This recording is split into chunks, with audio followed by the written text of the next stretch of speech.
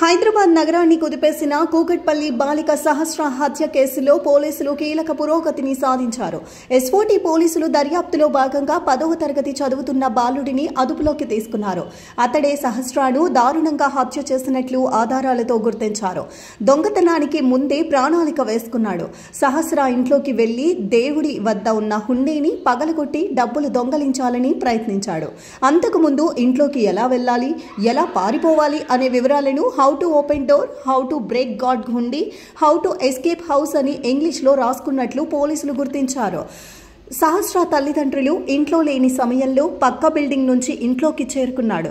హుండీని పగలగొట్టే ప్రయత్నం చేస్తూ ఉండగా సహస్ర అతడిని చూసింది. దాంతో భయపడిన బాలుడు దొంగతనం విషయం తల్లిదండ్రులకు చెబుతానని సహస్ర హెచ్చరించగా తనతో తెచ్చుకున్న కత్తితో ఆమె గొంతుని పొడి చేశాడు. అంతటితో ఆగకుండా వరుసగా 18 సార్లు కత్తితో దాడి చేసి సహస్రను హత్య చేశాడు. హత్య అనంతరం బాలుడు పక్క బిల్డింగ్లోకి వెళ్లి దాదాపు 15 నిమిషాల పాటు దాక్కున్నాడు. ఈ వ్యవహారాన్ని గమనించిన ఓ సాఫ్ట్వేర్ ఇంజనీర్ పోలీసులకు సమాచారం అందించాడు. దాంతో ఎస్ఓటీ బృందం బాలుడు చదువుతున్న స్కూల్కు వెళ్లి విచారణ జరిపింది. మొదట్లో అతడు నోరు విప్పకపోవడంతో పోలీసులు అతడి ఇంట్లో తనిఖీలు చేపట్టారు.